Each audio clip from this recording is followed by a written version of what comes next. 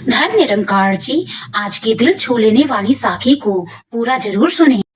अरे बाबूजी, क्या यही है आपका क्वार्टर? गाड़ी से सामान उतारते हुए गाड़ी वाले ने शर्मा जी से कहा।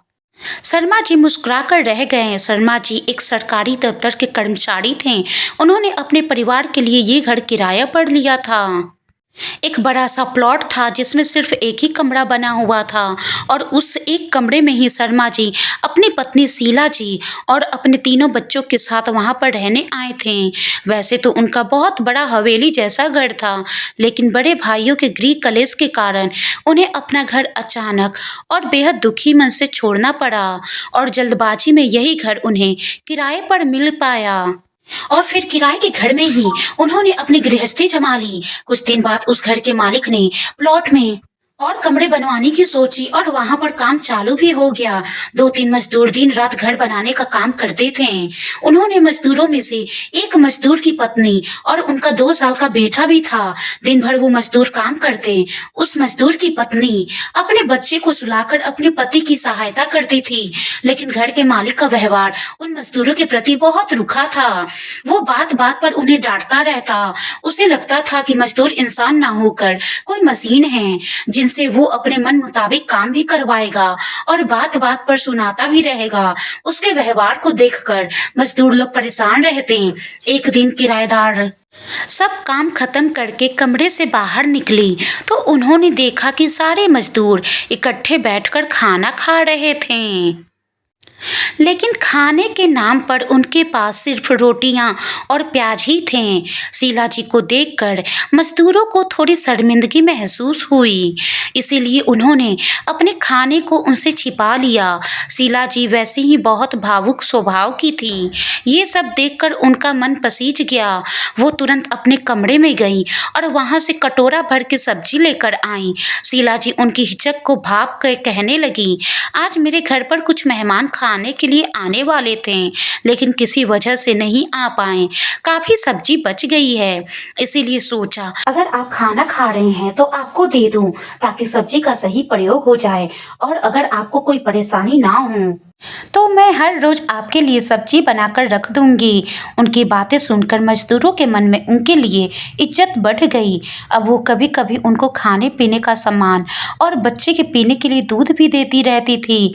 मजदूर आपस में बात करते थे कि एक और मकान मालिक है जिसके घर निर्माण का काम हम कर रहे हैं, फिर भी उसका व्यवहार हमारे लिए कितना गंदा है और उससे सहायता की भी उम्मीद नहीं है। और दूसरी ओर शीला जी जैसे दयालु महिला भी हैं जो खुद यहाँ किराए पर रहती हैं। हमसे उन्हें कोई मतलब भी नहीं होना चाहिए, लेकिन फिर भी वो जितना संभव हो हमारी सहायता करती हैं। भगवान उनका भला करे। उस दिन बाद नवरात्रि के समय कन्या भोज के लिए 9 कन्याओं को अपने घर भोजन कराने के लिए शीला जी ने काफी सारा प्रसाद बनवाया। उसके बाद अपने लिए थोड़ा सा खाना रखकर बाकी का सारा खाना उन्होंने मजदूर और उसकी पत्नी में बांट दिया। लेकिन जैसे ही वो खुद खाने की प्लेट लेकर बैठी कि तभी मजदूर की पत्नी ने आकर कहा, माफ करना बीबी जी, क्या आप मुझे थोड़ा सा प्रसाद और दे सकती हैं? क्योंकि जो भी खाना था वो सब मेरे पति और बच्चा खा गए और मेरे लिए थोड़ा भी प्रसाद नहीं बचा। शीला जी ने तुरंत अपने खाने में से आधा खाना लेकर मजदूर की पत्नी को बड़े प्यार से दे दिया। मजदूर की पत्नी खाना लेकर उस समय वहां से चली गई। लेकिन अगले दिन उस मजदूर की पत्नी ने शीला जी से कहा, आपका दिल बहुत बड़ा है बीबी जी। मैंने देखा कि कल आपने अपने खाने में से मुझे खाना दे दिया। आपके लिए खाना कम भी पड़ा होगा, लेकिन आपके दिल में हम गरीबों के लिए कितनी दया भावना है। हम मजदूर लोग हैं और आप जैसे लोगों का घर बनाने का काम करते हैं। पता नहीं किस मजबूरी की वजह से आप जैसे अच्छी नीयत के भले लोग इस एक कमरे के किराए के घर में रह रहे हैं। मैं भगवान से प्रार्थना करती हूँ कि जल्द से जल्द आपका भी घर बन जाए और आप अपने घर में अच्छे से खुशी से रहें। अच्छी नीयत वाले लोगों का भगवान भी अच्छा ही करते हैं। शीला जी उसकी बात सुनकर मुस्कुरा कर रह गईं। उसके 2-3 महीने बाद ही शर्मा जी ने एक प्लॉट खरीद लिया और तुरंत ही वहां पर मकान बनाना शुरू कर दिया।